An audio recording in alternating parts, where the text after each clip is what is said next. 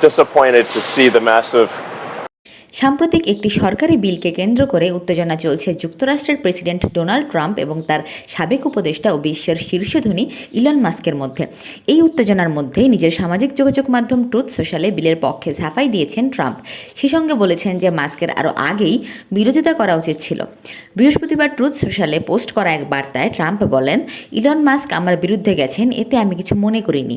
যে বিলটি নিয়ে আলোচনা চলছে এটি কংগ্রেসে পাশ হওয়া সবচেয়ে মহান বিলগুলোর মধ্যে একটি। যদি এটি পাশ না হতো তাহলে মার্কিন জনগণের ওপর 68% অতিরিক্ত করের বোঝা চাপত এবং তার ফলাফল হতো খুবই খারাপ। আমি এমনটা হতে দিতে পারি না, কারণ আমি এখানে কোনো সমস্যা সৃষ্টি করতে আসিনি, সমাধান করতে এসেছি। এই বিল আমাদের দেশকে এক নতুন মহান পথে নিয়ে যাবে, আমেরিকাকে আরও শক্তিশালী করে গড়ে তুলবে।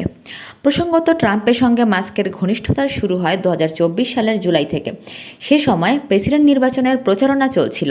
রিপাবলিকান পার্টির ট্রাম্পের বিভিন্ন প্রচারণা সভায় তখন মাস্ককে নিয়মিত দেখা গেছে। এমনকি নির্বাচনের আগেই ট্রাম্প বলেছিলেন যে ক্ষমতায় গেলে নতুন প্রশাসনে মাস্ককে গুরুত্বপূর্ণ দায়িত্ব দেওয়া হবে। নির্বাচনে জয়ের পর সেই প্রতিশ্রুতি রক্ষা করেছিলেন Trump.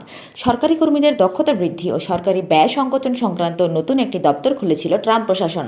Department of government efficiency বা ডজ নামের সেই দপ্তরের প্রধান করা হয় মাস্ককে।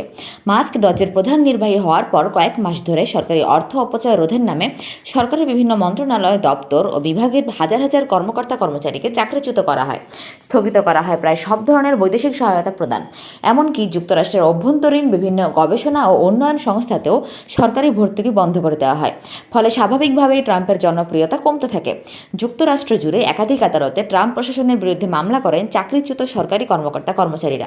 বৈদেশিক ও অভ্যন্তরীণ সহায়তা প্রদান স্থগিত করায় দেশের ভেতরেও সমালোচনায় বিদ্ধ হতে থাকে ট্রাম্প প্রশাসন।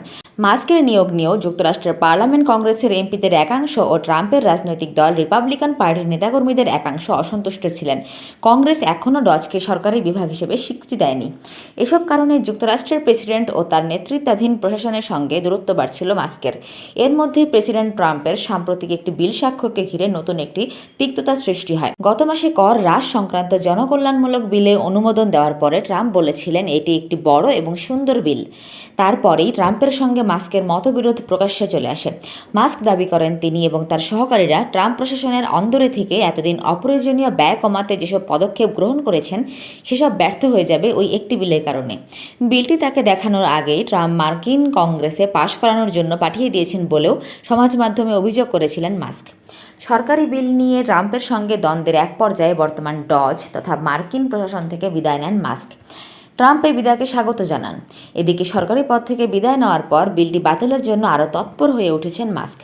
আটকানোর জন্য গতকাল বৃহস্পতিবার নিজের মালিকানাধীন সামাজিক যোগাযোগ মাধ্যম এক্সে জনগণকে মাঠে নামার আহ্বানও জানিয়েছেন বিশ্বের শীর্ষ এই ধনী ইলন মাস্ক।